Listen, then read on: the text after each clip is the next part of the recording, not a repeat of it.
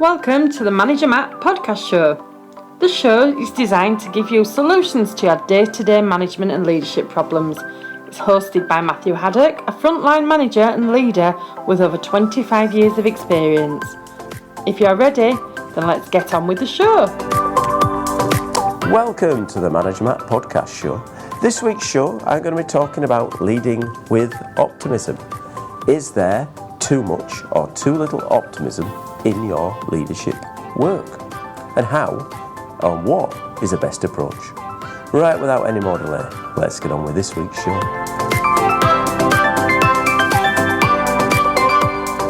Welcome to the Manager Matt podcast show. Hope you are well. I hope you're doing great. I hope your teams are functioning. I hope you're getting the results you want. This week's been interesting for me. I'm on the road a little bit, so I'm recording on a slightly different piece of equipment. So if the sound does sound a bit different, apologies for that, but that's the way it goes. But being an optimistic person, I always take the benefit of trying the best out of every situation to get the best results I can.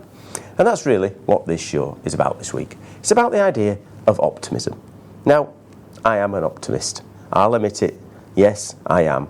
So I do try to lead my team with that can-do way of looking at it. And of course, it has bitten me a few times. There's been times in my life and my career where people have used that optimism against me, that I am too nice. And let's not mix up too much between nice and optimistic. You can be a miserable, nasty person and still be optimistic.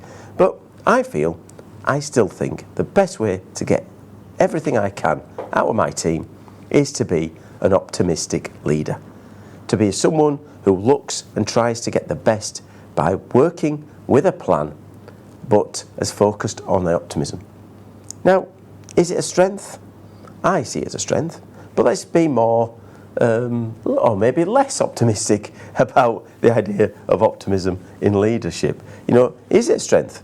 Does it really work? We know, and I'm sure you know, many people who are not as optimistic, who are maybe this half-empty kind of people. You know, I see them as having a place in everything I do. When I was younger, I always thought to myself, well, I don't want to be surrounded by these draining people. These people have no optimism. These people who don't see the big picture, they don't see how exciting it can be. But the optimists amongst us will say that they're not in any way wanting to stop progress. They just want to make sure that whatever we're doing is done in the right way, done in a way that gets the things done. So optimism and pessimism can have a part to play and should have a part to play. The last thing you want is a bouncy leader that doesn't take any other ideas around what's going on. They just think it's going to be brilliant, everything's going to be fine, bury my head in the sand, and all of a sudden everything will be great. That's not really how you need to utilise and run your team, is it? You know, we need to get the job done as a group. So most of the time, it's going to be a blend of people who are optimistic, people who are pessimistic, people who are in the middle, people who are in the centre, who are kind of very much, well, it's okay if that happens, or it ain't okay if that happens. And your job as a leader, and the shadow you cast, is to think to yourself, well, how can I make sure the team around me gets the best they can? And how can I work with the individuals to make sure that each individual has its own strength and time to work in there? And the best way to do that, obviously, is to know your team. So do I really know my team? I'm an optimistic leader who thinks that we can get things done. In my team, I'm going to have a blend of optimistic people who want to get things done and are in a kind of very much, sometimes some people can be too far, bit of a rainbows and unicorns sort of look. But you've got to understand your team. So the first part is understand your team. Understand the blend of the people who are very much the risk averse and maybe are working in a way that are very much inside the idea of checking and challenging and making sure that all the checks and balances are there. The other ones who are, let's get these things done, let's go out there. I've worked in teams which are very much don't have that blend. I remember once I had a team where they were very much can-do, optimistic people. Let's get out there, let's get these things done. And they charge a problem at 100 miles an hour, trying their best to solve it. And that's brilliant. When you're in an emergency situation, you need people like that. But unfortunately, the blend was wrong. because there wasn't enough people who were actually thinking the other way. Well, let's think a bit further ahead. What if? Hang on, slow down. What should we be doing here that really is the right thing to do?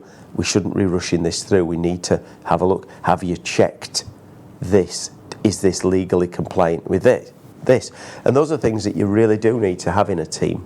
And in that team, it was very much go for it. I was the leader. I'd been surrounded by people who were very much go get it. Maybe the shadow I cast at that time, it's a few years back, was very much of, well, we'll get things done. Let's go out there. We'll solve problems. I'm from an engineering background, so I was used to reacting to fix problems. That's what engineers did. You know, if there's a problem to fix, you go fix it. If the machine is broken, you go amend it. We need to get the output done. Sometimes you made a temporary repair just to get it going. But if you get too many temporary repairs, then there's nothing holding the machines together. So you do need someone to schedule and make sure that they are done right. And that's what was lacking in my team. We were great at getting things done, but a lot of the times when I reflect, the problems that we were solving were the problems that we'd created ourselves by not having a more wider view, a less optimistic outcome. You know, that's really where risk managers come into it. You know, risk managers are there to design, to look at what if. You can be as optimistic as you can in a project or in a risk situation. I think it's going to be done in 10 weeks. But of course, if you're too optimistic and you don't put enough into your projects, you'll end up overrunning to 15, 20 weeks. So it's definitely a piece to do around optimism in your leadership. Don't get crushed though. You know, if you're an optimistic leader and a naturally optimistic person, if you are surrounded on the reverse by a team of complete risk-averse, pessimistic, very much let's take us time, it'll be frustrating as hell for you because you want to get things done.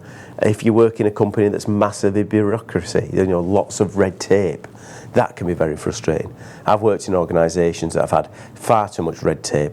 They brought in layers and layers to fix probably a good problem. They're doing a problem that needed doing, something that needed fixing. I'm sure there was a reason for bringing those people in, and the rules were brought in, and the processes need to be followed. But really, we'd become a monster of an organisation, something that couldn't be agile, couldn't make decisions fast enough, because the pessimists had ruled. The optimists had faded away. And because optimists, like myself, know when I don't fit, know when I can't change, then I leave. And if you lose too many optimists from your business, you're on the reverse. You've got a business that hasn't got enough get up and go. When the fan gets hit by whatever, you are a problem of no one can actually do the doing. No one can actually have that drive to go out there and get the things done. They're very much of, oh dear, what should we do? Well, what does the rule book say? I'm not saying the rule books shouldn't be there. I'm not saying your procedures shouldn't be there in crisis management, but you do need to get things done. And that's where your optimistic kind of leadership comes in. So what am I saying? I said at the start, I'm an optimist. But the more I think, and the more I've worked, and the more I've got older, the more I've tried to balance it. The more I've tried to design a team with a balance of optimists and pessimists and anywhere in between. Because all life is full of balance. Everything needs to have that balance. Too much of anything isn't going to be good for you, they say. And it's same in a leadership position. Too much optimism will mean that yes, you may be successful many times. You may be seen as a shining light, but your light could be too bright. You could shine too quick and burn yourself out and burn the people out around you. Make mistakes, drop projects, not deliver on time, go outside budget, risk too much. So you've got to have a balance. So if you're in your leadership team, you've got to know your people. So you've got to know your team you've got now. You know who's going to be around your head office table, and you need to know when those strengths are going to come in. When do you need the optimist? When do you need Mrs. or Mr. Optimist to be on the shop floor, on wherever you're working, making sure people are getting stuff done, driving them forward, showing them there's a way, all the good stuff you need. But also, when do you need the other side of that? When do you need the person who's going to plan ahead properly, that's going to put contingency in? That when the contingency doesn't work and the optimist is going, well, I told you I could do it in 10 weeks and I've done it in 8, the optimist says, that's fine, but we know that these are not perfect times. Sometimes things go wrong. So having a balance in your team is absolutely critical all the time. So let's just recap. A little bit of a monologue today, a little bit of a kind of going around, because like I said, I'm mobile this week, so it's a slightly different show. You need to know what you are first. So let's just boil it back down. Are you more of an optimistic? Are you more pessimistic? Are you more risk averse, or are you more of a risk taker? That's fine. You are what you are. You know where you are. Are you in the right business then? Do you sit in a business that suits what you are? Do you add value to that business? Are you the person who can bring to that team the right balance? So do you do that? So the team you're in, the team that you've made around you, do they have the right balance? Have they got the right skills that you need to make sure that they're doing the right things? So when you look at your team, have you got the balance? Are they, as I had, far too many optimistic people who think they can deliver within a very unrealistic time scale every time?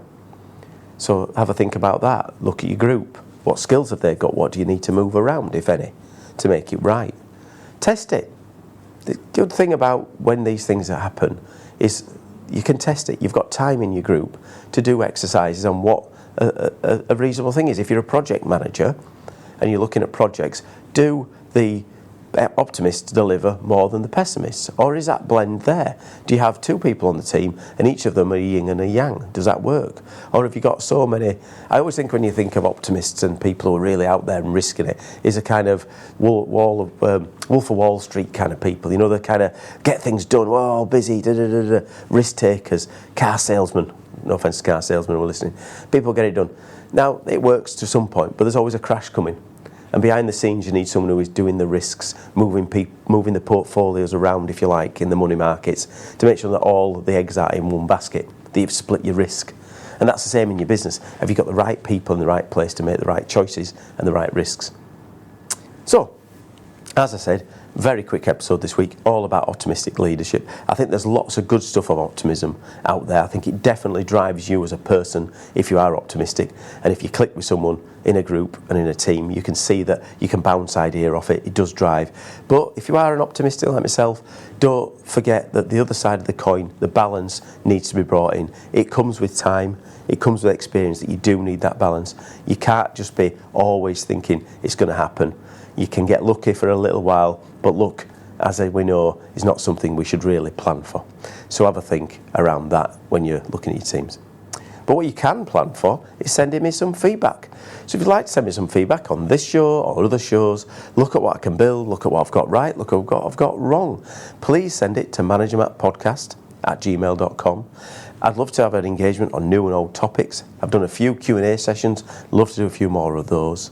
But please send me the feedback. It is a gift and I'd love you to keep giving. But that's it for Manager Matt this week. Thank you so much for listening and we'll see you soon. Goodbye. Thank you so much for listening to this Manager Matt podcast. We hope you found it interesting, helpful and actionable. One last thing, please leave a quick review on iTunes or with your podcast provider, as it helps to spread the word of Manager Matt. If you haven't already done so, please subscribe to the podcast, and if you did like anything in particular, send an email to managermattpodcast@gmail.com or visit managermatt.co.uk for more content. Feedback is a gift, so let's keep giving. See you next week.